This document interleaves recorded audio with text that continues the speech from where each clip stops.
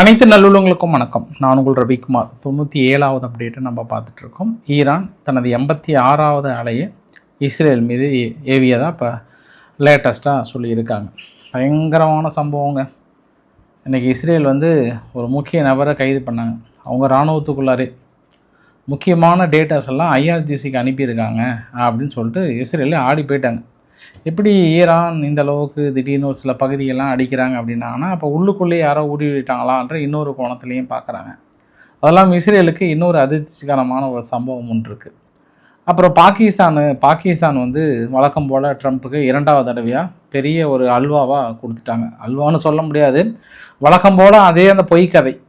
அது பொய்யிலும் பொய், சாதாரண பொய் கிடையாது. பாகிஸ்தான் இன்றைக்கி புழக்கில் நீங்கள் வாழ்க்கையில் இந்த பக்கமே திரும்பி பார்க்காத அளவுக்கு டென்ஷன் ஆகிற நான் இல்லை, அங்கே ட்ரம்ப் டென்ஷன் ஆகிறாரு.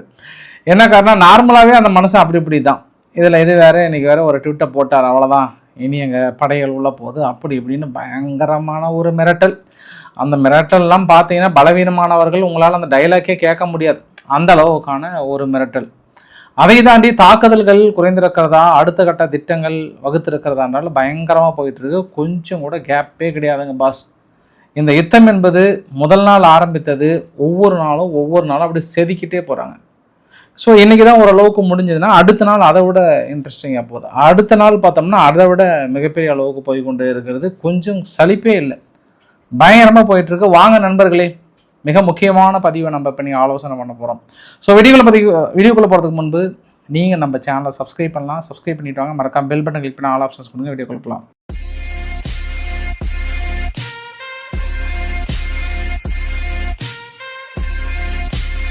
வாக்காளர் பெருமக்களே, எப்படி போகுது தேர்தல் திருவிழா? அற்புதமாக போயிட்டுருக்கா? எப்போ உங்களுக்கு வாக்காளர் உரிமை தொகை சேர்ந்ததா இல்லையா? அதெல்லாம் கொஞ்சம் பார்த்து சீக்கிரமாக கலெக்ட் பண்ணிக்கோங்க. உங்களுக்கு வர வேண்டிய உரிமை தொகை சீக்கிரம் வந்துருச்சான்னு பார்த்துட்டு. அதே போல் இன்றைக்கி ஐபிஎல் வேறு. இந்த ஐபிஎல் ஏற்கனவே பார்க்குற மாதிரி இல்லை, அதனால் ஒன்றும் சொல்கிறதுக்கு இல்லை. அதை விட மிக முக்கியமான ஒரு சம்பவம். நம்ம எங்கே போகிறோம்? இப்போ நேராக அமெரிக்கா கிட்ட போயிடலாம், அப்புறம் தான் நம்ம இஸ்ரேல் கிட்ட வரலாம். இன்றைக்கி கத்தாரினுடைய அமீர் அவர்கள் அங்கே சவுதி அரேபியாவுக்கு போயிருந்தாங்க. சவுதி அரேபியாவுக்கு போயிட்டு 2 பேரும் கட்டி பிடிச்சி பயங்கரமாக பேசிக்கிட்டாங்க. சரி, உங்களுக்கு ஒரே ஒரு புகைப்படம் தான் சொல்கிறேன். 2 பேரும் அப்படி ஒரு சிரிப்புங்க. பார்த்த உடனே அப்படி ஒரு சிரிச்சு கெக்க புக்குன்னு அப்படியே சிரித்து கட்டி பிடிச்சிக்கிறாங்க. அட்டா பாசம் மலையை பொழிகிறாங்க. அப்போ எனக்குள்ளே என்ன திரும்ப தோணுச்சு, பாஸ் அப்பப்போ நான் இடையில கொஞ்சம் காமெடி சொல்லி நான் அப்படி சிரிச்சேனாவே எல்லாம் என்ன திரும்ப கேட்குறாங்க, அங்கே யுத்தம் நடந்துட்டுருக்கு, உனக்கு என்ன சிரிப்பு வேண்டி கிடக்குது அப்படின்றாங்க. பாருங்கள் பாஸ், அந்தந்த நாட்டு அதிபருங்களே கெக்க பொக்குன்னு சிரிச்சிட்ருக்குறாங்க. அங்கே யுத்தம் நடந்துகிட்ருக்கு, அந்தந்த நாடு மீது தாக்கம் நடத்திட்டுருக்காங்க, நிறைய உயிர் பலிகள் நடந்து கொண்டிருக்கிறது, கொஞ்சம் கூட கேப்பே இல்லாமல் இருக்காங்க. இவங்க கெக்க பொக்குன்னு சிரிக்கிறாங்க. அவங்க சிரித்தா பிரச்சனை இல்லை, பட் நான் சிரித்தாதான் பிரச்சனையாக இருக்குது நான் மனசுக்குள்ளே நினச்சிக்கிட்டு. இன்னொரு விஷயம், இந்த விஷயத்தை சொல்ல போகிறதுக்கு முன்பு, இந்த சேதுபதி ஐபிஎஸ் படத்தில் தானே இந்த செந்தில் கவுண்டுமணி காமெடியை மனசுக்குள்ளே வச்சுக்கோங்க. கவுண்டுமணி அவர் பாட்டு வீட்டில் சமையல்கார வேலையை செஞ்சுக்கிட்டு ஏதோ சம்பளத்தை வாங்கிட்டு சந்தோஷமாக இருந்தார். செந்தில் அண்ணே இதெல்லாம் என்னென்ன சம்பளம், 1.5 லட்ச ரூபாய் நீ மாதம், அப்பயே சொந்த காலத்தில் வாங்கினே உங்களுக்கு அப்படின்னோடனே அந்த சமையல்காரையும் கேவலமாக அது இதுன்னு சொல்லி கடைசியில் அப்போ நம்பியார் தானே இருந்தார். ஆமாம், நம்பியார் அது இதையும் சொல்லி கடைசியில் போயிட்டு 2 நாள் கழிச்சு அண்ணே என்ன மன்னிச்சிருங்க சரிப்பாங்க அப்படின்ற மாதிரி இந்த கதையை யாருக்கு அற்புதமாக பொருந்தும் அப்படின்னா பாகிஸ்தானுக்கும் இந்த பக்கம் அமெரிக்காவுக்கும் பொருந்தும். சரி, பாகிஸ்தான் ஏற்கனவே ஒரு கட்டுக்கதைகளை அவிழ்த்து விட்டு தலைவரே இது மாதிரி 10 கப்பல் அனுப்பிட்டாங்கன்னு சொல்லி அமெரிக்காவை நம்ப வச்சு, அமெரிக்கா அந்த கதையை நம்பி அந்த மனுஷன் நார்மலாகவே ஏக்கரா கணக்கில் போய் பேசுவார். இப்போ இந்த தகவலை கேட்டு இன்னும் 10 ஏக்கரா கணக்கில் போய் பேச கடைசியில் ஈரான் அது இல்லைன்ட்டாங்க. திடீர்னு நேற்று இப்படி ஒரு ட்விட்டை போட்டார் அங்கே பாகிஸ்தானுடைய ஃபாரின் மினிஸ்டர். இப்படி ஒரு ட்விட்டை போட்டோடனே அவ்வளோதான் தலைவரே 2 கப்பல் அனுப்பிட்டாங்க, இன்னும் ஒரு நாளைக்கு 2 கப்பல் விதமாக அனுப்ப போகிறாங்க, வெற்றி மாபெரும் வெற்றி, இந்த பேச்சுவார்த்தை சக்ஸஸாக முடியும்னு இவர் போட, அங்கே ஒரு மனுஷன் திடீர்னு லீவில் இருந்து ஓடி ஐயோ ஆண்டவா நான் என்ன பண்ணுவேன், இந்த பேச்சுவார்த்தை சக்ஸஸ், அவ்வளோதான் எங்கள் 15 அம்ச கோரிக்கையை அவங்க ஏற்றுக்கிட்டாங்க அப்படி இப்படின்னு சொல்ல. சரி, நானும் இந்த தடவை பாகிஸ்தானை கொஞ்சம் லைட்டாக நம்பினேன். பயப்பிள்ளைங்க கொஞ்சம் அடிபட்டிருப்பாங்க, ஏதோ பொய்யெல்லாம் பேச மாட்டாங்க, ஏதோ கொஞ்சம் அப்படி இப்படின்னு நினச்சேன். ஆனால் வழக்கம் போல் அவங்க புத்தியை காட்டிட்டாங்க. ஏன் அப்படின்னா இன்றைக்கி ஈரான் ரொம்ப தெளிவாக சொல்லிட்டாங்க, நாங்கள் நேரடியான பேச்சுவார்த்தை யாருக்கிட்டையுமே கிடையாது, நேரடியும் கிடையாது, மறைமுகமும் கிடையாது. முதல்ல நாங்கள் பேச்சுவார்த்தை அந்த செஷனுக்கே போகவே கிடையாது அப்படின்னு ஒரு அறிவிப்பு கொடுத்தாங்களா. அப்போ இந்த இடத்துல பாகிஸ்தானுடைய பொய்ய முகத்திரையை கட்டவிழ்த்து விடப்பட்டிருக்கிறது. இதை நம்பி பேசின ட்ரம்ப் அவர்களுக்கு சேர்த்தி தான் நான் சொல்கிறேன். நான் அது 20 இல்லாமல் 30 கப்பல் வேற அனுப்புகிறாங்கன்னு சொன்னாங்க. இது சம்பவம் நம்பர் 1. சம்பவம் நம்பர் 2, நாங்கள் இது வரைக்கும் 2 கப்பல் தான் அனுப்பியிருக்கோம். அது சீனானுடைய கப்பல். சீனாவுமே ரொம்ப எங்ககிட்ட கெஞ்சி கேட்டதுனால ரொம்ப நாள் அது போராட்டமாக இருந்து அது நேற்று தான் அனுப்பணும். நேற்று தான் கிராஸ் ஆகி போயிருக்கு. பாகிஸ்தான் எங்ககிட்ட கேட்டது எம்டி வெசல்ஸ், ஒன்றுமே கிடையாது. ஐயோ இந்த எம்டி வெசல்ஸாவது எங்களுக்கு அனுப்பி வைங்க, இது பாருங்கள் நீங்களே செக் பண்ணி கூட பாருங்கன்னு கடைசியில் எம்டி வெசல்ஸ் 2 அனுப்பி வச்சாங்களாம் பாஸ். அந்த எம்டி வெசல்ஸை காட்டி தான் இவங்க அது ஃபுல்லாக ஏதோ ஆயில் வந்த மாதிரியும் பாகிஸ்தான் ஃப்ளாகடு வந்தால் விட்ட மாதிரியும் இந்த கதையை விட்டு வச்சு உலக நாடுகளே இன்றைக்கி ஜோக்கர் ஆக்கி வச்சுருக்கீங்களே, இவங்களை என்ன பண்ணுறது நீங்களே சொல்லுங்கள் பாஸ். இல்லை பாகிஸ்தானை என்ன பண்ணலாம்? இல்லை அந்த ஒரு மனுஷன் வழக்கமாக போய் சொல்லுவார், அவர் விட்டுங்க, அவர்கிட்ட அவர் சாப்டர் கிட்ட வரலாம். இது கேள்விப்பட்ட ட்ரம்ப் அவர்கள் என்ன நினைப்பார்?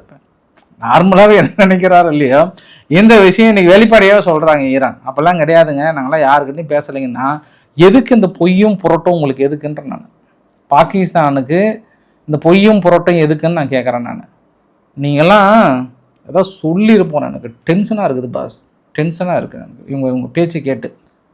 2-3 நாளாக இந்த டாப்பிக்கை பற்றி நான் பேசினேன். நான் 3 நாளாக பேசினேன் நான் இந்த டாப்பிக்கை பற்றி. சரி ஏதோ சம்திங் நெருங்கிருச்சு போலன்ட்டு. ஆனால் எனக்கு ஒரு சில விவகாரங்களை நம்ம முன்கூட்டியே கணிக்கக்கூடாதுன்றதுனால அது வேறு விஷயம். நம்ம சரி இன்னொரு விஷயமும் சொல்கிறேன். இதனால் என்னாச்சுன்னா, இத்தனை நாள் அந்த ஸ்ட்ரெய்ட் ஆஃப் ஹார்முஸ் பகுதியில் எந்த கப்பல் எந்த பிரச்சனையும் இல்லாமல் இதை கொஞ்சம் அமைதியாக நின்றுட்டு இருந்துங்க. இன்றைக்கி பாருங்கள், திடீர்னு ஒரு 2 வெசல்ஸ், யார் சவுதியினுடைய 2 வெசல்ஸ் தான் சொல்லிட்டு வார்னிங் கொடுத்துருக்காங்க. ட்ரோன் அட்டாக் ட்ரை பண்ணியிருக்காங்க. அந்த கப்பல் மேலே படல, முன்னாடியே விழுந்துருச்சு, யாருக்கும் எந்த சேதாரம் இல்லை. உடனே நிறுத்திட்டாங்க. வார்னிங் கொடுத்து தாக்குதல் முயற்சி பண்ணாங்க, தாக்கல் நிகழ்த்தல. கொஞ்சம் ஒரு வாரமே இல்லாத இந்த சம்பவத்தை திடீர்னு மறுபடியும் அரங்கேற்றிருக்கிறாங்கன்னா இது யாருக்கு அந்த பெருமையை சாரும்? சரி ஓகே, இதை விட இன்னொரு வேலையும் பண்ணிட்டாங்க. இதை இத்தனை நாள் கொஞ்சம் ஏதோ அமைதியாக இருந்தது, அந்த மனுஷன் பேச்சுவார்த்தைக்கு வராங்கன்னு சொல்லிட்டு கடைசியில் வரலன்னு தெரிஞ்ச உடனே ட்ரம்ப்போட ட்விட்டை பாருங்கள். இது கொஞ்சம் இதயம் பலவீனமானவர்கள் அவங்கெல்லாம் கொஞ்சம் ட்ரம்ப்போட ட்விட்டை பார்க்காதீங்க, ரொம்ப மிரட்டலாக இருக்கும். சின்ன குழந்தைங்களாம் இருந்தால் கண்ணி மூடி வச்சுருங்க, காது கேட்காத மாதிரி பண்ணிவிடுங்க. அந்தளவுக்கு கடுமையான மிரட்டலான ஒரு பதிவாக இருக்கிறது.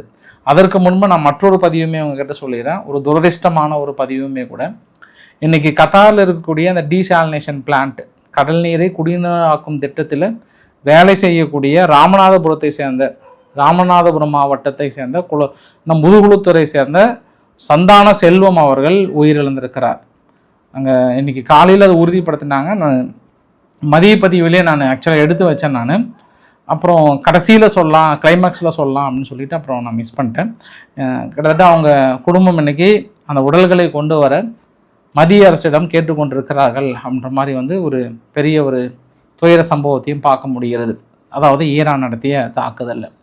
ஆனால் அது ஈரான் ஒரு கிளைம் பண்ணியிருக்காங்க. அது என்னன்றது உங்களுக்கு நான் இடையில நான் சொல்கிறேன். நான் அதாவது ஃபர்ஸ்ட் ஆஃப் முடிஞ்ச உடனே சொல்கிறேன். நான் இப்போ நம்ம ட்ரம்ப்போட மிரட்டலுக்கு போயிடலாம். கொஞ்சம் பத்திரமா இருங்க பாஸ், ஏன்னா அவர் தான் போட்டிருக்கிறாரு. அமெரிக்கா ரொம்ப ஒரு சீரியஸான டிஸ்கஸ் பண்ணிகிட்டு இருக்கிறாங்க. மிகப்பெரிய அளவுக்கு ரெஸ்பான்சிபிளான ஒரு முடிவு எடுக்க போகிறாங்க. அவ்வளோதான், மிலிட்ரி ஆப்ரேஷன் இன் ஈரான், அந்த ஆப்ஷனுக்கு தான் நாங்கள் போக தயாராக இருக்கிறோம். கடைசி வாய்ப்பு உங்களுக்கு, கடைசி வாய்ப்பு. நாங்கள் நடத்துகிற பேச்சுவார்த்தையில் உடன்பாடு எட்டலைன்னா ஈரானுடைய மிக முக்கிய வாழ்வாதாரமான கட்டமைப்புகளை முற்றிலும் அழித்து விடுவோம், எண்ணெய் கிணறுகளை அழித்து விடுவோம், உங்களுடைய மின் உற்பத்தி நிலையங்கள் அழித்து விடுவோம், கார்க் தீவு மற்றும் கடல் நீரை குடிநீராக்கும் நிலையங்களை தகர்த்தெறிவோம். இனி 47 வருடங்களுக்கு பின்னோக்கி சென்று விடுவீர்கள். இதுக்கப்புறம் உங்கள் நாட்டை யாராலையும் காப்பாற்ற முடியாது, மிகப்பெரிய பேரழிவுக்கு வந்துவிடும். பேச்சுவார்த்தைக்கு வரீங்களா இல்லையா அப்படின்னு சொல்லியிருக்கிறார். இது கேட்கும்போது எப்படி இருக்குது ஆனால் அவங்க சொல்லிட்டாங்க. உடனே இந்த செய்தியை பார்த்த உடனே ஈரான் என்ன சொன்னாங்கன்னா, பாஸ் எனக்கு ரொம்ப பயமாக இருக்குது, இப்படிலாம் ஒரு ட்விட்டர் போட்டுறாதீங்க ப்ளீஸ், எங்களுக்கு கொஞ்சம் பயமாக இருக்குது அப்படின்ற மாதிரி சொல்லுவாங்கன்னா இல்லை. அவங்க அடுத்து எங்கள் இராணுவ வீரர்கள் உங்களுக்காக தான் காத்துட்ருக்காங்க, வாங்க பாஸ். ஏதோ இராணுவ வீரர்கள்லாம் அனுப்புறீங்கன்னு சொன்னீங்களாமே, தரைப்படையெல்லாம் அனுப்புறேன்னு சொன்னீங்களாமே, வாங்க பாஸ் வாங்க, நாங்கள் காத்துட்ருக்கோன்றாங்க. ஆனால் தரைப்படை போகிறது கிட்டத்தட்ட எல்லா ஊடகங்களும் உறுதி செய்கிறாங்க. ஆல்மோஸ்ட் கன்ஃபார்ம் தான் சொல்கிறாங்க. ஒரு சில பதிவுகள் பழைய பதிவு எடுத்து போட்டுட்டு இருக்காங்க. அங்கிருந்து வீரர்கள் கிளம்பி வர மாதிரியும் அந்த குடும்பம் வந்து ஒரு இறுகிய மனதுடன் நம்ம கிளம்பி வர மாதிரிலாம் வந்து ஒரு சில வீடியோ பதிவுகள்லாம் வருது. ஆனால் அமெரிக்கா வந்து அப்படி தரைப்படை போகிற மாதிரி இருந்தால் கூட ஈரான் இந்த ஆப்ஷனை வந்து மனசுக்குள்ளே வச்சுக்கோங்க. அமெரிக்கா இந்த முக்கிய நிலைகளை அடிக்க மாட்டாங்க அப்படின்னு நினச்சிங்கன்னா கண்டிப்பாக அடிப்பாங்க. கார்க் ஐலாண்டை கண்டிப்பாக அடிச்சிடுவாங்க, உங்களுடைய மின் நிலையங்கள் அடிச்சிடுவாங்க, உங்களுடைய ரிசோர்ஸ் அழிச்சிடுவாங்க. முழுமையாக அங்கே ஒன்றும் இல்லைன்ற பட்சத்தில் தான் அடுத்து கிரவுண்ட் ஆப்ரேஷன் போவாங்க. எல்லா சோர்ஸையும் கண்டிப்பாக கை வைப்பாங்க. ஏன்னா அதுக்கான ஆப்ஷன்ஸ் வந்து ஆன் த டேபிள். நான் எப்படி இந்த யுத்தத்தை வந்து நடத்துறதுக்கு முன்பு கண்டிப்பாக தாக்கல் நடத்துகிறாங்கன்னு சொல்லிட்டு இருந்தனோ, அடுத்து நான் இந்த பதிவை நான் உறுதியாக சொல்கிறேன், 100% கன்ஃபார்ம்டாக சொல்கிறேன். ஈரானுடைய முக்கிய நிலைகள் அத்தனையும் அடிக்க போகிறாங்க. ஏன்னா நான் இன்னொன்று சொல்கிறேன், அடிக்க மாட்டாங்க அப்படின்னு நினச்சிங்கன்னா ஈரானுடைய ஒட்டுமொத்த வான்பரப்பும் யாருடைய கட்டுப்பாட்டில் இருக்குது? அமெரிக்காவுடைய கட்டுப்பாட்டில் இருக்குது, இஸ்ரேலுடைய கட்டுப்பாட்டில் இருக்குது. சொல்லிய இடத்துல தாக்கல் நடத்துகிறாங்க. அதனால் மறுபடியும் அதை அவங்க கட்டி அமைக்கணும் அப்படின்னா 30 வருஷம் 40 வருஷம் ஆகிடும். வீரப்பா பேசலாம், பயங்கரமாக நாங்கள் அரபு நாடுகளை அடிச்சிடுவோம் பிடிச்சிடுவோம் அப்படின்லாம் பயங்கரமாக சொல்லலாம். ஆனால் இது மிகப்பெரிய ஒரு பேரழிவுகளை ஏற்படுத்தும். ஏன்னா ட்ரம்ப் இன்னைக்கு தனது 400 மில்லியன் பேரல் மறுபடியும் இருக்கக்கூடிய ரிசர்வ் வந்து கூடிய விரைவில் ரிலீஸ் பண்ணுங்க அப்படின்ற ஒரு உத்தரவுமே கொடுத்துருக்காங்க. மேக்சிமம் சான்சஸ் இருக்குது. இது ஈரான் எப்படி இதை தடுக்க போகிறாங்கலாம் தெரியல. இதெல்லாம் முடிச்சதுக்கு அப்புறம் தான் அவங்க தரைப்படைக்கே போவாங்க. அங்கே எந்த ரிசோர்ஸும் இல்லை, கம்ப்ளீட்டாக நிர்மூலமாக்கிட்டோம் அப்படின்றதுக்கு அப்புறம் தான் அடுத்த ஆப்ஷனு போவாங்க. இல்லைன்னா எல்லா ஆப்ஷனும் வச்சுக்கிட்டு உள்ள நுழைய மாட்டாங்க அமெரிக்கா. அது அவங்களுக்குமே டேஞ்சர்னு தெரியும். நிறைய பேர் தொடர்ந்து சொல்லிகிட்டே இருக்கிறாங்க. அது புதைக்குள்ளைக்குள்ளே போய் மாட்டின மாதிரி, ஈரானுக்குள்ளே போகிறத பொறுத்த வரைக்கும் அது புதைக்குள்ளைக்குள்ளே போய் மாட்டின மாதிரி கண்டிப்பாக மேஜர் ரிஸ்க் ஆகிடும் அவங்களுக்கு, யார் அமெரிக்க வீரர்களுக்கு. அதனால் அதை அனலைஸ் பண்ணுவாங்க, பார்க்கலாம். ஆனால் மார்க்கோ ரூபியோ அவர்கள் நார்மலாகவே இந்த மனுஷன் வந்து கொஞ்சம் சாந்த ஸ்வரூபமாக அமைதியாக இருக்கக்கூடிய அந்த மனிதன். பட் இன்னைக்கு வந்து ரொம்ப கடுமையான வார்த்தைகளை பிரயோகிச்சிருந்தார். பிரயோகித்திருந்தார். என்ன காரணம் அப்படின்னா, கிட்டத்தட்ட ஈரான் ஒரு தீவிரவாத நாடாகவே முழுமையாக செயல்பட்டு கொண்டிருக்கிறது. சர்வதேச கடல் பகுதியில் ஒரு டோல்கேட்டை போட்டு வசூல் பண்ணுவோம் அப்படின்னா என்ன நெஞ்செழுத்தம் இருக்கும் அவங்களுக்கு. சுற்றி இருக்கக்கூடிய எல்லா நாடுகளையும் மிரட்டி தாக்கல் நடத்தி, சுற்றி இருக்கக்கூடிய எல்லா தீவிரவாத குரூப்புகளையும் வளர்த்தி அவங்களுக்கு ஆயுதங்களை கொடுத்து, அந்த ஆயுதங்கள் மூலிமா ஒட்டுமொத்த ரீஜியனை தாக்கல் நடத்துவது என்பது நாங்கள் ஒருபொழுதும் அனுமதிக்க மாட்டோம். நாங்கள் இருக்கும் வரை இந்த பூமியில் தீவிரவாதம் என்பது வளரவும் விட மாட்டோம், வளர்த்தவும் விட மாட்டோம், அடித்து நொறுக்குவோம் அப்படின்னு சொல்லியிருக்கிறார். யார்? மார்க்கோ ரூபியோ அவர்கள். வழக்கமாக மார்க்கோ ரூபியோ அவர்கள் இது மாதிரி டென்ஷன் ஆகிற பார்ட்டி இல்லை, கொஞ்சம் அப்படியே அமைதியாக காமாக இருக்கக்கூடிய பார்ட்டி. ஆனால் அவர் இன்னைக்கு டென்ஷன் ஆகிருக்கிறார். ஜேடி வேன்ஸ் இது மாதிரி பேசுவார், அமெரிக்காவோட துணை அதிபர் இது மாதிரிலாம் பேசுவார். பட் ஆனால் இன்னைக்கு அவர் பேசியிருக்கிறார். அது இல்லாமல் அவங்களோட செக்ரட்டரி இல்லை, ட்ரெஸரியோட ஹெட் வந்து என்ன சொல்லியிருக்கிறான்னா, பெசன்ட் அவர்கள் வந்து ஸ்டேட் ஆஃப் ஹார்மஸ் வந்து எக்காலத்தை கொண்டும் இனி ஈரான் வசம் வந்து நான் செல்ல விட மாட்டோம் அப்படின்ற மாதிரிலாம் சொல்லிட்டாங்க. இவ்வளோ சீரியஸான விஷயம், ரொம்ப தாக்கல் நடத்த போகிறாங்க, ரொம்ப ஒரு பதற்றமான ஒரு சூழ்நிலை. இதையெல்லாம் தாண்டி இன்றைக்கி வச்சாங்க பாரு, ஸ்பெயின் வந்து தனது வான்பரப்பை முழுசாக க்ளோஸ் பண்ணிட்டாங்க. அமெரிக்காவுடைய விமானங்கள் ஸ்பெயினுடைய வான்பரப்பில் பறக்கக்கூடாது, வந்து இறங்கவும் கூடாது, என் கண்ணு முன்னாடி இருக்கக்கூடாது, கிளம்புங்கன்ட்டாங்க. இது நேட்டோ நாடுகளுக்குள்ளே ஒரு சிக்கலை ஏற்படுத்தும். கண்டிப்பாக இந்த தகவலை கேட்ட உடனே அங்கே வந்து ரஷ்யா தரப்பில் ஆண்டவான என்ன பண்ணுவோம் சொல்லி ஆண்டவான்னு பயங்கர சந்தோஷத்தில் இருப்பார். ஆனால் இன்னைக்கு ஈரான் தரப்பில் என்ன சொல்லிட்டாங்கன்னா, ஓகே அங்கே நீங்கள் அமெரிக்காவுக்கு க்ளோஸ் பண்ண காரணத்தினால இனி நீங்கள் ஸ்பெயினோட கடியை கட்டிக்கிட்டு ஸ்டேட் ஆஃப் ஹார்மஸ் பகுதியில் நீங்கள் கடந்து போகலாம், ஒன்றும் பிரச்சனை இல்லை, நீங்களாம் நண்பர்கள் அப்படின்னு சொல்லிட்டாங்க. இந்த செய்தி கேள்விப்பட்ட ஜெர்மனுடைய ஏஎஃப்டியினுடைய சேர் வந்து என்ன சொல்கிறாங்கன்னா, அவங்க நாட்டு ஃப்ரைட் ரைஸுக்கு அட்வைஸ் கொடுக்குறாரு. இல்லை ஃப்ரைட் ரைஸ் டெய்லியும் உட்காந்து வறுத்துட்டு இருக்கிறே, இந்த கேள்விப்பட்டியா ஸ்பெயினுக்கோட கப்பல் அனுமதிக்கிறாங்களாம். அப்போ நீங்கள் என்ன பண்ணுறீங்க ஜெர்மனி, அமெரிக்காவுடைய இதெல்லாம் வெளியேற்றிட்டு நீங்களும் பார்த்து கொஞ்சம் ஈரான் பக்கம் போயிட்டீங்கன்னா நம்மளும் கொஞ்சம் ஆயில் வாங்கிடலாமே, கொஞ்சம் சந்தோஷமாக இருக்கலாமே, ஏதாவது பார்த்து கொஞ்சம் யோசனை பண்ணுறியா அப்படின்னு சொல்ல. அதுக்கு ஜெர்மனி என்ன சொல்லிட்டாருன்னா, இந்த மிடில் ஈஸ்ட் நடக்கூடிய யுத்தத்தை உடனடியாக நிறுத்தணும், இந்த வாருக்கும் நம்மளுக்கு சம்மந்தம் இல்லை, ஆனால் அடுத்த ஒரு COVID-19 சுச்சுவேஷனை உருவாக்க போகுது, அதனால் ஐரோப்பிய தேசமே ஏதாவது முடிவெடுங்கன்றாரு. கிறிஸ் ஸ்டார்மர் அவர்கள் என்ன சொல்லிட்டாருன்னா, இந்த வாருக்கும் எங்களுக்கும் நயா பைசா சம்மந்தம் கிடையாது, சுத்தமாக சம்மந்தம் கிடையாது. எந்த காரணத்தை கொண்டும் எங்களை இழுத்துட்டு போய் கூட அங்கே விட்டுற முடியாது. அப்படியே தரன்னு இழுத்துட்டு போனால் கூட ஒதும்பிட்டு வந்துடும், அந்த பக்கம் அப்படி உதைச்சிட்டு வந்துடும்ன்ற மாதிரி யார் கிறிஸ் ஸ்டார்மர் அவர்கள் சொல்கிறாரு. இங்கே எங்கள் நிலைமையே படும் பாதகமாக இருக்குது, நாங்களாம் எந்த காலத்துலையும் கலந்துக்க மாட்டோம், வாய்ப்புகளே இல்லை. அவர் என்னதான் என்னை டீஸ் பண்ணட்டும், பயங்கரமாக சொல்லட்டும், அப்போ கூட நாங்கள் அதுக்கான முயற்சிகள் இல்லை அப்படின்னு சொல்லிட்டாங்க. ஸோ இதையெல்லாம் கேள்விப்பட்ட நீங்கள், அப்போ ஐரோப்பா நாடுகள் அங்கே ஈரானுடன் சென்று விடுமா, முடிவுகளை மாற்றி விடுமா அப்படின்னு நினச்சிங்கன்னா இல்லை. ஏன்னா இன்றைக்கி ஐரோப்பா நாடுகள் என்ன சொல்கிறாங்கன்னா, தொடர்ந்து பொதுமக்கள் மீது தாக்கல் நடத்தி ஹியூமன் ரைட்ஸை வந்து கம்ப்ளீட்டாக வயலேட் பண்ணுற ஈரானுக்கு ஏப்ரல் 13, 2027 வரைக்கும் தனது முழு பொருளாதார தடையை விதிப்பேன் அப்படின்னு இன்றைக்கி ஐரோப்பாவுடைய கவுன்சில் அனௌன்ஸ் பண்ணியிருக்காங்க.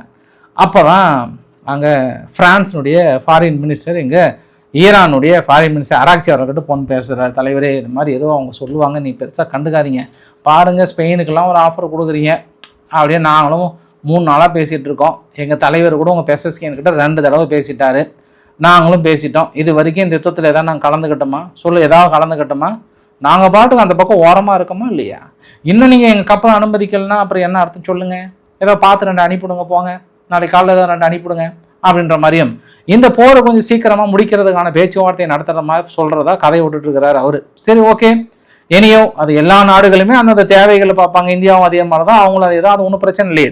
ஆனால் ஐரோப்பா நாடுகளில் மிகப்பெரிய அடுத்த கவலை என்ன அப்படின்னா, இன்றைக்கி குட் பாய்ஸ் யார் இவங்க ஹவுதிகள், அவ்வளோதான் நாங்கள் பேட் பாய்ஸாக மாற போகிறோம் முடிவு எடுத்துட்டாங்க. என்ன காரணம், இனி அந்த செங்கடல் பகுதியில் இஸ்ரேலுக்கு சொந்தமான இஸ்ரேல் சொந்தக்காரங்க, இஸ்ரேல் 1 விட்ட சித்தப்பா, 3ஆம் விட்ட சித்தி, 4ஆம் விட்ட பெரியப்பா, 5ஆம் விட்ட பாட்டி யாராவது இருந்தீங்கன்னா, இல்லை இஸ்ரேலோட பக்கத்து வீட்டு பாட்டியோட கப்பல் யாராவது வந்துச்சுன்னா முடிச்சிடுங்கன்ட்டார் கதையை.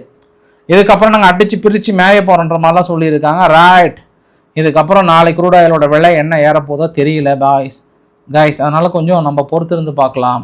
இப்போ நம்ம மிக முக்கியமான பதிவுக்கு போகிறதுக்கு முன்பு நான் இன்னொரு விஷயத்தையும் சொல்லிடுறேன். அதாவது இஸ்ரேல் விவகாரத்தை பேச போகிறதுக்கு முன்பு, இந்த லெபனானில் இந்த ஈரானுடைய அம்பாசிடர் ஒருத்தர் வெளியே போங்கன்னு சொன்னாங்க இல்லையா லெபனானு, அதுக்கு இன்றைக்கி ஈரான் என்ன சொல்லிட்டாங்கன்னா, ஒரு நாட்டுடைய அம்பாசிடரை வந்து அந்த நாடு தான் முடிவெடுக்கணும், நீங்கள் முடிவெடுக்கக்கூடாது, எங்கள் ஆள் அங்கே தான் இருப்பார், அங்கே தான் வேலை செய்வார், அதையே மீறி நீங்கள் வெளியேற சொன்னீங்கன்னா அவ்வளோதான் சொல்லிட்டு அவங்களும் இப்போ லெபனானை மிரட்டுறாங்க. இப்போ யார் ஈரானை மிரட்டுறாங்க. என்ன தான் பண்ணுவாங்க சொல்லுங்கள், இல்லை லெபனான் என்ன தான் பண்ணுவாங்க, இஸ்ரேலும் கோவம் வந்தால் போதும் 2 குண்டு அனுப்புகிறாங்க, ஹெஸ்புல்லாவும் அவங்கள மிரட்டுறாங்க, இப்போ ஈரானும் மிரட்டுறாங்க, ஒன்றும் சொல்கிறதுக்கு இல்லை. அதனால் நாங்கள் அம்பாசிடர்லாம் திருப்பிலாம் அனுப்ப மாட்டோம், இழுத்துட்டு வந்து வெளியே விட்டால் கூட மறுபடியும் நாங்கள் இழுத்துட்டு வந்து அங்கே தான் விடுவோன்ற மாதிரி வந்து சொல்லியிருக்காங்க. சரி, இஸ்ரேலினுடைய செய்தி என்னென்னா, மிகப்பெரிய ஒரு ஷாக்கிங் சம்பவம். ஒரு 23 வயசு பையன் ஒருத்தன், அவன் வந்து இஸ்ரேலினுடைய டிஃபென்ஸ் ஃபோர்ஸில் வேலை செய்கிறான். டிஃபென்ஸ் ஃபோர்ஸில் ரிசர்வ் லிஸ்ட்டில் இருக்கிறான். ரிசர்வ் லிஸ்ட்டில் இருக்கக்கூடிய பையன் இப்போ அடுத்து அவன் லிஸ்ட்டில் கூப்பிட போகிறாங்க. 23 வயசு தான். இவன் என்ன பண்ணுறான், அந்த ஓவிடா ஏர்பேஸ் இருக்குல்ல, அந்த இடத்துல திடீர்னு போயிட்டு நான் ராணுவல் தான் இருக்கிறன்ற மாதிரி சொல்லி ஒரு சில புகைப்படங்களை எடுத்திருக்கான், ஒரு சில சென்சிட்டிவ் இன்ஃபர்மேஷனை எடுத்திருக்கான். அது இல்லாமல் இன்னும் ஒரு சில பகுதிகள்லாம் இண்டிவிஜுவலாக வந்து ப்ரிஸ்கிரைப்டாக ஒரு சில லொக்கேஷன்ஸ்லாம் எடுத்திருக்கான். லொக்கேஷன்ஸ் எல்லாம் எடுத்து ஷேர் பண்ணியிருக்கான்றாங்க, ஐஆர்ஜிசி ஷேர் பண்ணியிருக்கான் அந்த போட் மூலிமா. அதாவது இந்த மெசேஜ் எங்கே போகுது, எப்படி ரீச் ஆகுன்ற அடிப்படையில் இவனை வந்து தூக்கியிருக்காங்க. தூக்குனதில் இஸ்ரேலுக்கு பெரிய ஒரு ஷாக்கிங் சர்ப்ரைஸ். ரீசெண்டாக இங்கே ஈரான் பார்த்திங்க அப்படின்னா எல்லா இடத்தையும் ரொம்ப அக்யூரேட்டாக தாக்கல் நடத்துகிறாங்க, கொத்து குண்டுகளாக சொல்லி வச்ச மாதிரி அடிச்சிட்ருக்காங்க. அப்படின்னும் போது, அதாவது வான்தடுப்பு சாதனங்கள் எங்கே நிறுத்துகிறோமோ அங்கே அடிக்கிறாங்க, விமான நிலையங்கள் மீதி எல்லாமே. இன்னைக்கு காலையில் கூட பாருங்கள், எய்ஃபா பக்கத்தில் சுத்திகரிப்பு நிலையத்தின் மீது அடிச்சிட்டாங்க, பெட்ரோ கெமிக்கல் அடிச்சிட்டாங்க. இந்த மாதிரி எல்லாமே உங்களுக்கு சந்தேகம் வருது. இப்போ இஸ்ரேலுக்கு என்ன சந்தேகம்னா, ஐஆர்ஜிசியோடு தொடர்புடையது இவன் மட்டும்தானா, இல்லை இவன் இல்லாமல் இன்னும் 4-5 பேர் இருக்கிறாங்களா அப்படின்ற ஒரு கவலை வந்துடுச்சு இஸ்ரேலுக்கு. பாரு, மொசாத் எங்கெல்லாம் ஊடுருவி எங்கெல்லாம் எலிமினேட் பண்ணுற மொசாத்துக்கு வந்த சோதனையை பார்த்தீங்களா, அவங்க நாட்டுக்குள்ளே ஒரு இராணுவத்துக்குள்ளேயே ஊடுருவி கஷ்டம் 23 வயசு பையனை விலைக்கு வாங்கி சர்வசாதாரணமாக அங்கே ஜெர்க்கு கொடுத்துட்டாங்க, ஆடி போய் நிற்கிறாங்க. இப்போ அடுத்து எல்லாத்தையும் செக் பண்ண சொல்லியிருக்காங்க. ஆனால் இது இஸ்ரேல் தரப்பில் பெரிய ஷாக்கு. 2வது ஷாக் என்ன அப்படின்னா, இன்றைக்கி இவங்க ஐஆர்ஜிசி என்ன பண்ணிட்டாங்க, அவங்களுக்கு தனி ஹேக்கிங் டீம் ஒன்று இருக்குது. அந்த டீம் இஸ்ரேலில் இருக்கக்கூடிய ஒரு 50 கேமராவுக்கு செக்யூரிட்டி கேமரா ஃபுல்லாக ஹேக் பண்ணிட்டாங்களாம். ஹேக் பண்ணி அடுத்தடுத்து அங்கே இருக்கக்கூடிய ப்ரிஸ்கிரைப்டட் லொக்கேஷன்ஸ் எல்லாம் கண்டுபிடிச்சி அது தனியாக வந்து அட்டாக் பண்ணிகிட்டு இருக்காங்கன்ற தகவலை வந்து இப்போ வால் ஸ்ட்ரீட் ஜேர்னல்லேருந்து உறுதிப்படுத்தி வந்து சொல்லியிருக்காங்க. ஆமாம் அப்படின்ற மாதிரி வந்து சொல்லியிருக்காங்க. அப்போ அந்த ஐஆர்ஜிசியோட ஹேக்கிங் டீம் வந்து ஏற்கனவே அங்கே அமெரிக்காவோட FBI கேஷ் பட்டியல் இருக்கிறார்ல, அந்த கேஷ் பட்டியலோட ஒரு சில வீடியோ பதிவுகள்லாம் வந்து வெளியிட்டிருந்தாங்க. ஏற்கனவே அவர் மனுஷன் ட்ராயரோட எப்படி டான்ஸ் போடுறது, போதைப் பொருளை வச்சுட்டு இருக்கிற மாதிரியான வீடியோ பதிவுகள்லாம் FBI வெளியிட்டு FBI நார் அடிச்சுட்டு இருந்தாங்க 2 நாளாக. நீங்கள் என்ன ஆளை போட்டிருக்கீங்க, உங்கள் ஃபைலுக்குள்ளே ஊடுருவி உங்கள் டேட்டாவே வந்து தூக்கிட்டாங்கன்ற மாதிரி பயங்கரமாக இப்போ 2 நாளாக போயிட்டு இருந்தது பாஸ். கேஷ் பட்டியல் அவர்களை வந்து பதவி ராஜினாமா பண்ணுன்ற அளவுக்குலாம் போயிட்டு அந்த மாதிரி மனசு சேட்டையை செஞ்சு வச்சுருக்கிறாரு.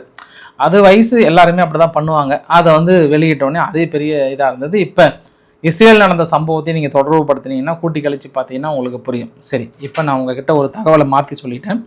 87வது அலையை அனுப்பியிருக்காங்க ஈரான் தரப்பில். 86 இல்லை, 87வது அலையை அனுப்பியிருக்காங்க. அந்த பக்கம் இஸ்ரேல் மீதும் மற்றும் அவங்களோட பங்காளி நாடுகள் மீதும் வந்து பெரிய அளவுக்கு அனுப்பியிருக்காங்க. ஆனால் இன்றைக்கி திடீர்னு துருக்கிக்குள்ளார மறுபடியும் ஒரு மிசைல்ஸ் சரோன்னு வந்திருக்கு. அப்படி ஸ்பீடாக வந்திருக்கு. நேட்டோ நாடுகள் வந்து தடுப்பு சாதனங்கள் மூலமாக அழிச்சிட்டாங்க. அப்போ துருக்கி வழக்கமாக என்ன மிரட்டல் விடுவாங்க, அதற்கு பதில் ஈரான் தரப்பில் என்ன சொல்லுவாங்க அப்படின்றத நான் இந்த ஒரு டைலாக்கை சொல்லி உங்கள் நேரத்தை நான் விரையப்படுத்த விரும்பவில்லை. அது நான் உங்களிடமும் ஒப்படைச்சிட ஒன்று. 2வது, இதுக்கப்புறம் நீ நேட்டோ நாடுகளை என்ன அடித்தாலும் சரி ஈரான் அவங்களுக்கு கோபமும் வராது. அவங்க என்ன ரொம்ப பொறுமையான பாய்ஸ். நீங்கள் எப்படி இப்போ அரபு நாடுகளை வந்து உங்களுக்கு கரெக்டாக நீங்கள் என்ன அடித்தாலும் கோபம் வராமல் சிரிச்சுட்டு என் பங்காளி தானே அடித்தான், குத்தனது நண்பனாக இருந்தாலும் நான் வெளியில் சொல்ல மாட்டேன் அப்படின்ட்டு எவ்வளோ அடியும் தாங்கிக்கிட்டு உங்களுக்காக இருக்காங்களோ அதே மாதிரி தான் உங்களுக்காகவே நேட்டோ நாடுகள் இருப்பாங்க. கவலைப்படாதீங்க ஈரான், நீங்கள் அடிக்கிறனாவும் 4 அடி அடிக்கலாம், ஒன்றும் பிரச்சனை இல்லை. ஏன்னா இதுக்கப்புறம் அவங்க உங்களை அடிக்கவே மாட்டாங்க, அதுக்கான வாய்ப்புகளே இல்லை. காரணம் என்னவென்றால் அவங்க டம்மி பீஸு பாபாவாயிட்டாங்க. டம்மி பீஸு பாபான்னா இதுக்கப்புறம் நாங்கள் பொருளாதார ரீதியாக தாங்க மாட்டோம், அதனால தான் அவங்க ஈரானுடைய யுத்தத்துக்கே வரல. இதெல்லாம் செய்தி கேள்விப்பட்ட ரஷ்யா இதுக்கப்புறம் சுதாரித்து கொண்டு தனது சந்தர்ப்பத்தை பயன்படுத்துகிறதா அப்படின்றத பார்க்கலாம். இருந்தாலும் உக்ரைன் தான் அவங்களுக்கு டஃப் கொடுத்துட்ருக்காங்க. சரி, அந்த 87வது அலையும் தாண்டி இன்று நடத்தப்பட்ட தாக்குதலில் மிக முக்கியமான பதிவுகள் பார்த்து அப்படின்னா தெஹரன், குவாம் இந்த 2 பகுதிகளை கண்மூடித்தனமான தாக்குதல். அப்புறம் சாயந்தரத்துக்கு மேலே இஸ்ஃபஹான் மீது நடத்தியிருந்தாங்க. குவைத் மீது ஒரு தாக்கல் நடத்தியிருந்தாங்க, டீசாலினேஷன் பிளான்ட்டு. அதுக்கப்புறம் ஒரு எலக்ட்ரிக் பிளான்ட் மீது நடத்துன்னு தான் வந்து சொல்கிறாங்க. யுஏஇனுடைய ஏர் டிஃபென்ஸ் ஆல்மோஸ்ட் 40 ட்ரோனும் 16 பேலஸ்டிக் மிசைல்ஸும் வந்ததாகவும் அதை நாங்கள் சுட்டு வீழ்த்திட்டுன்னு சொல்கிறாங்க. சவுதி அரேபியா 5 மிசைல்ஸ் 5 ட்ரோன் வந்ததாக சொல்கிறாங்க, அதை நான் சுட்டு வீழ்த்திட்டுன்னு சொல்கிறாங்க. ஈராக்குள்ள வர்க்கமாக நடந்தது தான். இன்றைக்கி இஸ்ரேல் மீது 20 லொக்கேஷன் மீது குறி வைத்து அவங்க தாக்கல் நடத்தியிருந்தாங்கன்ற மாதிரி வந்து சொல்கிறாங்க. அப்புறம் லெபனான் ஈரானுக்குள் நடத்தப்பட்ட ஒரு தாக்குதல். இது மிக முக்கியமாக யுஏஇ மீது வந்து 27 ட்ரோன்களையும் 11 பேலஸ்டிக் மிசைல்ஸும் வந்து அனுப்பியிருக்கிறாங்க. ஒட்டுமொத்தமாக இதுவரை ஈரான் நடத்திய ஏவுகணைகளும் ட்ரோன்களோட எண்ணிக்கை பார்த்தோம் அப்படின்னா கல்ஃப் ஸ்டேட்டுக்கு மட்டும் 1119 மிசைல்ஸும் 3792 ட்ரோன் அனுப்பியிருக்கிறாங்க. இஸ்ரேலுக்கு வந்து 300 மிசைல்ஸும் 550 ட்ரோன் அனுப்பியிருக்காங்க. அப்போ 4342 ட்ரோனு 1419 மிசைல்ஸ் அனுப்பிச்சிருக்கிறாங்க. ஆல்மோஸ்ட் அவங்கக்கிட்ட 8000 10,000 மிசைல்ஸ் இருக்குன்ற மாதிரி வந்து சொல்கிறாங்க. அதில் எத்தனை அமெரிக்கா அழிச்சாங்க இவங்க அழிச்சாங்கன்னு தெரியல, மீதி எத்தனை இன்னும் அவங்கக்கிட்ட இருக்குன்னு தெரியல. இது எல்லாமே சர்ப்ரைஸாகவே இருக்குது. இன்றைக்கி ஈராக் அடிஷ்னலாக கிளைம் பண்ணியிருக்காங்க, நாங்கள் ஒரு 20 இடத்துல 24 ஹவர்ஸில் 21 மிசைல்ஸ் மூலிமா அமெரிக்காவோட நிலைகளை வந்து அடிச்சிருந்தோம் அப்படின்ற மாதிரி வந்து சொல்கிறாங்க. அடுத்தது அமெரிக்கா ஈரான் மீது நடத்தப்பட்ட தாக்குதலில் இஸ்ஃபஹானில் இருக்கக்கூடிய ஃபெசிலிட்டிஸை பெரிய அளவுக்கு அடிச்சிருக்காங்க, அதுக்கான பதிவுகளும் கிடைச்சிருக்கு. ஜிலான் ப்ராமினன்ஸில் அவங்களுடைய முக்கிய ஹெட் குவார்ட்டர்ஸ் அழிச்சிட்டு தான் சொல்கிறாங்க. ஐஆர்ஜிசியினுடைய இன்ஃப்ராஸ்ட்ரக்சர்ஸ் இமாம் ஹுசைன் யூனிவர்சிட்டி, அது ஐஆர்ஜிசியினுடைய மிக முக்கிய இன்ஃப்ராஸ்ட்ரக்சர், அது வந்து யூனிவர்சிட்டி இல்லை ஐஆர்ஜிசியினுடைய குவார்ட்டர்ஸ், அதனால தான் நான் அடித்தோம் அப்படின்ற மாதிரி வந்து இன்றைக்கி சொல்லியிருக்காங்க. இன்றைக்கி தெஹரானில் ஒரு பெரிய ஒரு அசாசினேஷன் அட்டெம்ப்ட் அல்பிராஸ் ப்ராமினன்ஸில் கரெக்டாக ஒரு கட்டிடத்தில் பாதி ஒரு 3 ரூம் மட்டும் அடிச்சிருக்கிறாங்க. பட் யார் என்னன்றதை சொல்லுவாங்கன்றது நம்ம பொறுத்திருந்து பார்க்கலாம். ஹெஸ்புல்லா வந்து என்ன வீடியோ கிளைம் பண்ணியிருக்காங்கன்னா, நாங்கள் தான் அந்த எய்ஃபா பகுதி அடித்தது, எய்ஃபானுடைய அந்த சுத்திகரிப்பு நிலையங்கள் மீது நாங்கள் தான் தாக்கல் நடத்தணுன்ற மாதிரி சொன்னாங்க. நிறைய பேர் வந்து தொடர்ந்து அமெரிக்காவில் போராட்டம் நடத்திருக்கு, அதை பற்றி பேசலையே அப்படின்னா, அமெரிக்காவில் போராட்டம் நடந்தது 28, 29 நடந்தது, இன்றைக்கி நடக்கலை. அந்த 28 நடந்த போராட்டத்தை நான் சொல்லிட்டேன். ஒவ்வொரு வீடியோ பதிவிலும் நம்மளால் சொல்லிகிட்டு இருக்க முடியாது. அடுத்தடுத்த சம்பவம் என்னமோ அதான் சொல்ல முடியும். ஒன்று. இரண்டாவது விஷயம் என்ன அப்படின்னா, இன்றைக்கி வந்து கலிஃபோர்னியா அப்படின்ற ஒரு இடத்துல மட்டும் போராட்டம் நடந்தது. ஒரு ஆயிரக்கணக்கான மக்கள் அதில் கலந்துக்கிட்டாங்க. அது கடைசியில் ஒரு மாதிரி கலவரமாக மாறிடுச்சு. கலிஃபோர்னியாவில் மட்டும் நடந்தது. பட் மீதி நேற்று 2 நாட்களாக ட்ரம்ப்புக்கு எதிராக மிகப்பெரிய ஒரு போராட்டம் எதிர்க்கட்சிகள் வந்து ஒன்று சேர்ந்து நடத்தியிருந்தாங்கன்ற ஒரு கூடுதல் தகவலாக சொல்ல முடியும். ஈரானுக்குள்ளார கிட்டத்தட்ட இஸ்ரேலினுடைய மிக முக்கிய இன்டெலிஜென்ட்டை நாங்கள் கைது பண்ணிட்டோன்ற மாதிரி வந்து சொல்லியிருக்காங்க. ஐஏஏனுடைய சீஃப் கிராசி அவர்கள் இறுதி எச்சரிக்கை கொடுத்துருக்காங்க. இனி ஒரு தாக்குதல் அந்த இடத்தில் நிகழ்ந்தால் நிச்சயம் ரேடியேஷன் கசிவதற்கான வாய்ப்புகள் இருக்குன்ற மாதிரியான எச்சரிக்கைகளும் கொடுத்துருக்காங்க. இன்றைக்கு ஓரளவுக்கான தகவலை கவர் பண்ண நினைக்கிறேன். பிடிச்சிருந்தால் லைக் பண்ணுங்கள், ஃப்ரெண்ட்ஸ்க்கு ஷேர் பண்ணுங்கள், சப்ஸ்கிரைப் பண்ணுங்கள். ரவிக்குமார் சோமு சேனல். நன்றி, வணக்கம்.